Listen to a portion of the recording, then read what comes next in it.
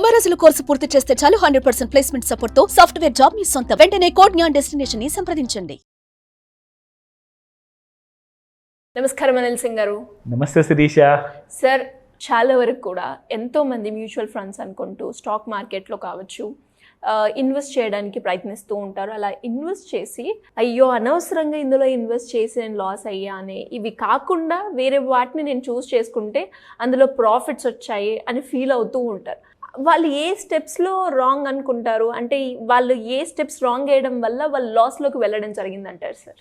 ఇది చాలా critical information Sirisha. ఎందుకంటే ఆ ప్రతి రూపాయి ఏదైతే మనం లాస్ అవుతాం కదా, అది పుణ్యానికి రాల.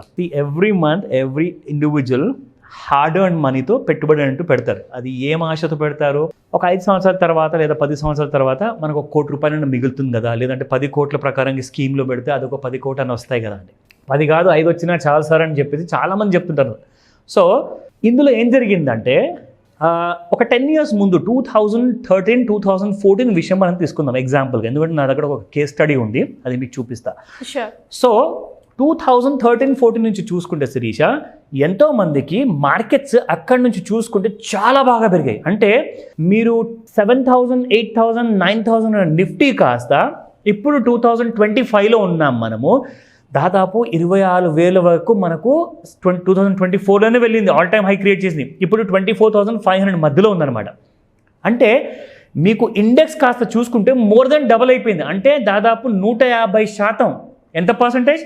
150% మీకు ఇండెక్సే పెరిగింది. స్టాక్స్ ఎన్ని పెరిగాయి అనుకుంటున్నారు? మ్యూచువల్ ఫండ్స్ ఎన్ని పెరిగాయి అనుకుంటున్నారు? స్టాక్స్ అయితే 2000% పెరిగాయి ఈ 10 సంవత్సరాల్లో. ఇన్ఫ్యాక్ట్ లాస్ట్ 3-4 ఇయర్స్లోనే 2000% పెరిగింది కోవిడ్ నుంచి చూసుకుంటే. కానీ మ్యూచువల్ ఫండ్స్లో సరిగ్గా ఐడెంటిఫై చేసుకోలేక, అంటే ఇక్కడ నేను చూపిస్తున్నవి ఇవి ఒక్కటే worst kind of mutual funds, మిగతావన్నీ బెస్ట్ అని నేను చెప్పట్లా. కానీ ఏవైతే రిటర్న్స్ అనేది చూసుకుంటే ఇండెక్స్ పెరిగింది, స్టాక్స్ పెరిగాయి, మ్యూచువల్ ఫండ్స్ చాలా మంచివి అన్నీ పెరిగాయి. మరి అందులో మీకు చూసుకుంటే సంవత్సరానికి మినిమం 60% లేదా 100% వరకు రిటర్న్స్ వచ్చాయి మ్యూచువల్ ఫండ్స్లో శిరీష. కానీ ఇక్కడ ఏం జరిగింది? వర్స్ట్ పర్ఫార్మింగ్ మ్యూచువల్ ఫండ్స్లో చాలామంది పెట్టి ఇరుక్కున్నారు. మార్కెట్ ఇంత పెరిగినా కానీ వారికి సరైన రిటర్న్స్ రాలేదు శిరీష. వాళ్ళు ఎంత బెంగ పెట్టుకున్నారంటే, నేను ఏం పాపం చేశాను, నేను ఎక్కడ తప్పు చేశాను అంటే, నేను ఒక్కటే మాట చెప్తా, సార్ మీరు ఆర్ మేడం మీరు తప్పు చేయలేదు, మీరు పాపం చేయలేదు, మీరు సరైన అడ్వైస్ తీసుకోలేదు, సరైన గైడెన్స్ తీసుకోలేదు, సరైన నాలెడ్జ్ తీసుకోలేదు, దానివల్లనే మీకు వచ్చింది ఆ లాస్. సో ఇలాంటి లాసెస్ మనం ఇక ముందు ఇక్కడ నుంచి నూతన సంవత్సరం నుంచి రావద్దు అనుకంటే, ఈ 2025 మనం జనవరిలో మనం ఈ ఎపిసోడ్ చేస్తున్నాము.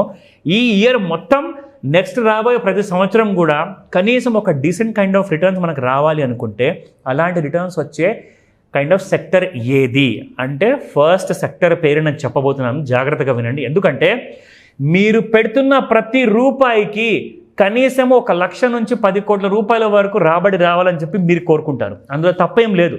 సో అలాంటి రిటర్న్ మరి మిగతా వాళ్ళందరికీ వచ్చింది, కానీ మీకు రాలేదంటే మీరు ఇలాంటి వర్స్ట్ పర్ఫార్మింగ్ మ్యూచువల్ ఫండ్స్లో మీరు ఇరుక్కున్నారు. అవి ఏవి ఆ పేర్లు మీకు చూపిస్తాను. అంటే ఇవే పేర్లు మరి ముందుకెళ్ళి కూడా వర్స్ట్గా ఉంటాయా అని చెప్పి గ్యారంటీ లేదు మరి. ఎందుకంటే ఇప్పటిదాకా బెస్ట్ పర్ఫామ్ చేసినవి కూడా ఇంకా బెస్ట్గా పర్ఫామ్ చేస్తాయనే గ్యారంటీ లేదు. కానీ ఆ గ్యారంటీ అనేది మీకు ఎప్పుడు వస్తుంది తెలుసా?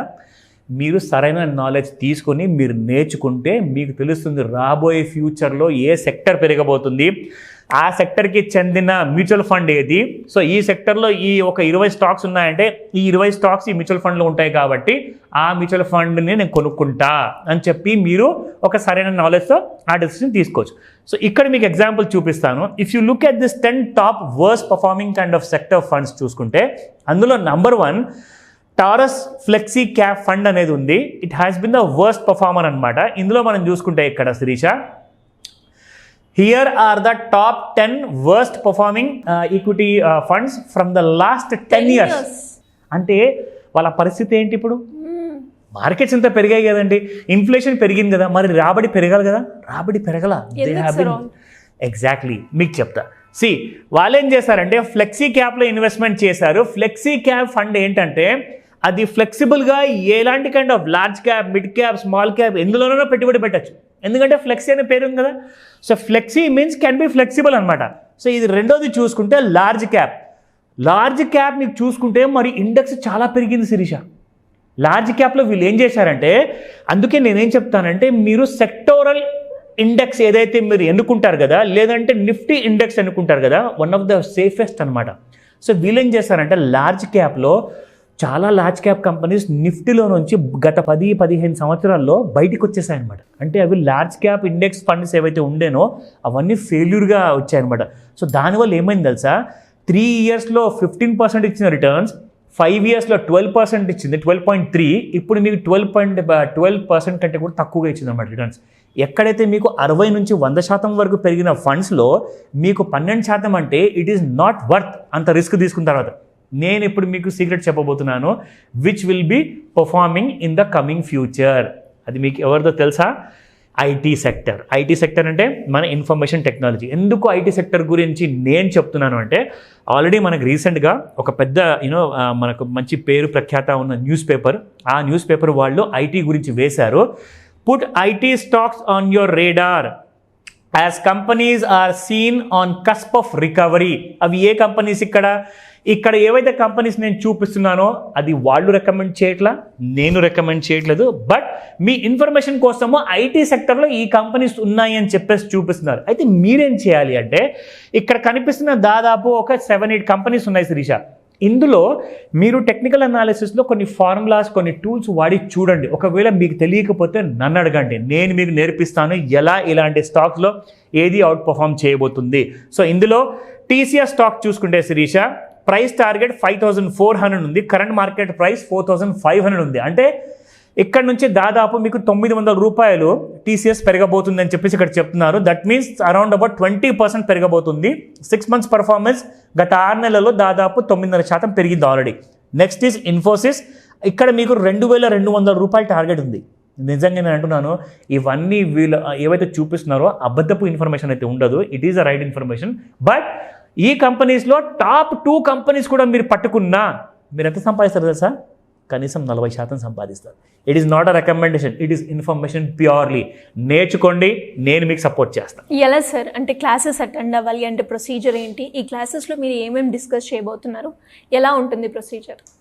సింపుల్గా శిరీష, చాలామంది అప్పుల్లో ఉన్న వాళ్ళు ఏం చేస్తారంటే, ఏదో కాస్త చిన్న ఒక పెట్టుబడి పెట్టుకుంటూ వెళ్దాము, మనం ఉన్న అప్పులకు మనం ఉన్న kind of poverty kind of living ఏదైతే ఉందో, బాగా బీద వాళ్ళగా బ్రతుకుతున్నారు కదా, మంచి జీతం ఉండి కూడా 1,00,000 రూపాయల జీతం ఉన్న వాళ్ళకి కూడా అప్పులు తప్పట్లా.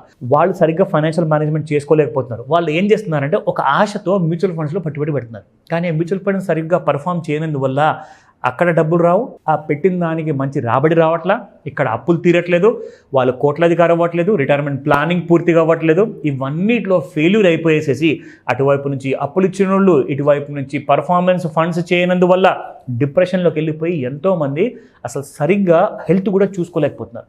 వాళ్ళందరికీ ఒకటే మాట చెప్తాను, మీరందరూ కూడా సింపుల్గా నాకు మీరు టైం ఇచ్చిన తర్వాత ఆన్లైన్ లేదా ఆఫ్లైన్లో మీకు నేను నేర్పిస్తాను ఎలా ఇలాంటి అవుట్ పర్ఫార్మింగ్ సెక్టర్స్ని మనం ఐడెంటిఫై చేయాలి, ఎలాంటి మ్యూచువల్ ఫండ్స్లో మీరు పెట్టుబడి పెట్టాలి, ఎలాంటి ఈటీఎఫ్ ఉంటుంది, ఎలాంటి స్టాక్ ఉంటుంది. ఇవన్నీ కూడా మీకు ఎడ్యుకేషన్ మస్ట్ అని చెప్తాను. సో ఈ రైట్ నాలెడ్జ్ కోసము స్క్రీన్ పైన కనిపిస్తున్న నెంబర్కి కాల్ చేయండి, లేదా వాట్సాప్ మెసేజ్ పెట్టండి.